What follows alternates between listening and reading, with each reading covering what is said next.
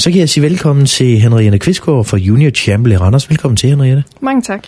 Henriette, unge mennesker mellem 18 og 40, det beskriver sådan lidt Junior Champion. Kan du forklare lidt mere om det? Jamen, det er sådan, at Junior Champion International i Randers, som jeg er aktiv medlem af, det er en netværksorganisation for unge handlekraftige mennesker mellem 18 og 40 år, der gerne vil gøre en positiv forskel for sig selv og for samfundet.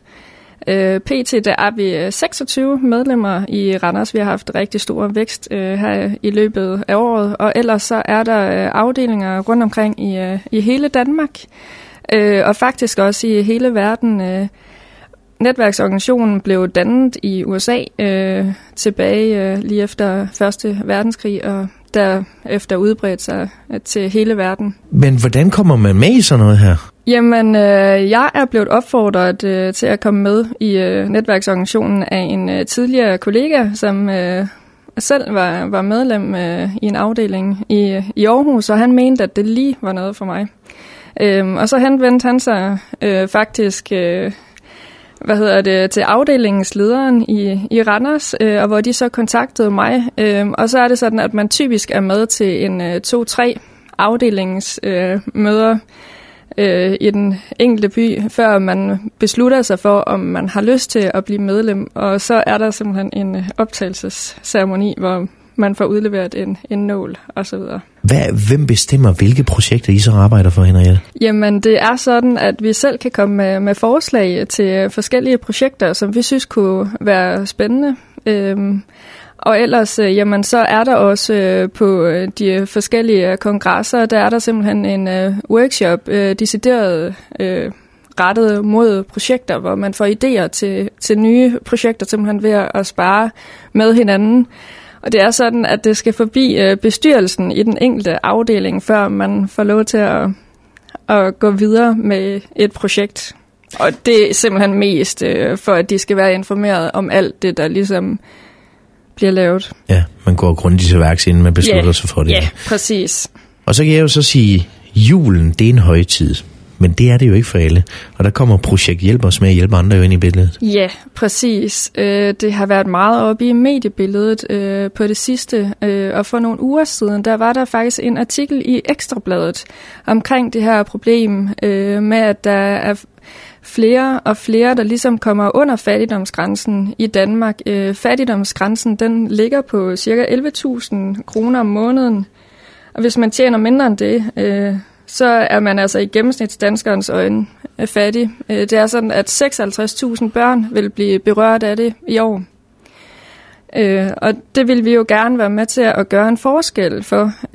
Og også fordi vi blev inspireret af et projekt, der kørte i Viborg afdelingen sidste år, hvor de var den første afdeling, der simpelthen kørte det her projekt Julehjælp, og hvor vi fik øjnene op for det, fordi de faktisk har vundet en pris for det. Og det kører også i cirka 10 afdelinger i år, og vi vil rigtig gerne være med til at gøre en forskel for, at der ligesom er flere, altså de nødlidende familier i Randers, at vi kan være med til at hjælpe dem til at få en lige så god jul som os andre. Og det kan jo sådan set ske for enhver, altså bare hvis både moren og faren i familien bliver fyret, så er det ikke sikkert, at de har råd til at sidde i deres hus mere. Og så er der måske ikke lige til den gode jul og julegaverne til børnene. Og vi gør også rigtig meget for social ansvarlighed inden for Junior Champion International. Nu den her lokale Randers afdeling af Junior Champion. I har lavet nogle aftaler også med henblik på det her projekt, ikke? Vi har fået en aftale i hus med Kvickly ude i Randers Storcenter. Det var sådan, at de faktisk var vores første prioritet, både fordi de har social ansvarlighed med i deres forretningskoncept allerede, og der er rigtig, rigtig mange, der kommer ud i Storcenteret og måske slutter af med at handle i Kvickly, og der er også mange andre end bare lige randrusianer, der handler der 40% af deres omsætning kommer faktisk fra folk uden for Randers, så vi kunne ramme rigtig mange med det her, og på den måde tror vi, at vi kunne være med til at hjælpe så mange som muligt, og så havde vi også en i projektgruppen, som allerede havde en relation til Kvickly, og der kommer det med netværket jo igen ind i billedet, så det var bare meget nemmere på den måde. Derudover så har vi samarbejde med 4 forskellige modtagerorganisationer, fordi vi er simpelthen ikke i stand til at finde frem til, jamen, hvem er de nødlidende familier egentlig i Randers, så det havde vi ligesom brug for hjælp til fra deres side af. Så det er Frelsens Hær, det er Kirkernes Familiehjælp i Randers, det er Randers Menighedspleje, og det er herberget Hjørnestenen. Hvad gør man så helt præcis? For der er noget med, at så køber man noget. Det er sådan, at selve indsamlingen løber af stablen den 27. ude i Storcenteret, hvor vi opfordrer folk til ligesom at købe en ekstra julevare. Det kunne være en flæskesteg, som de måske kan undvære, men ellers alle julevarer, altså madvarer, bortset fra cigaretter og alkohol, som vi frabeder dem. Derefter så går kunderne med de her julevarer, jamen de går hen til flaskeautomaterne, hvor vi står klar med nogle indkøbsvogne, som de kan aflevere dem i. Derefter så sørger vi for at scanne varerne ind, og de bliver så lagt på plads i butikken igen. Så hvis man køber en ekstra flæskesteg, så får du den, Henriette, og så sørger du for det.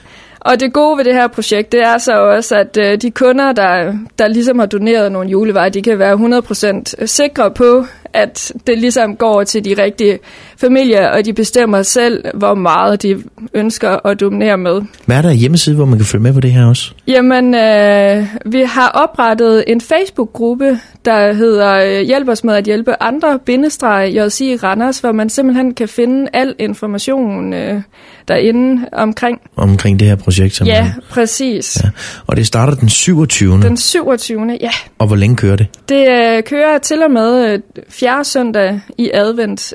Og det er sådan, at selve indsamlingen af fødevarer, det sker i alle weekenderne, altså fredag sidst på dagen og lørdag og søndag. Men derudover så er der opstillet indsamlingsbøsser overalt i Kvickly, og vi har ligeledes oprettet en projektkonto, hvor man hele tiden kan indsætte penge på, og den står også inde på Facebook-gruppen. Ja, så det er spørgsmål om at hjælpe andre, så alle får en god jul. Præcis. Ja.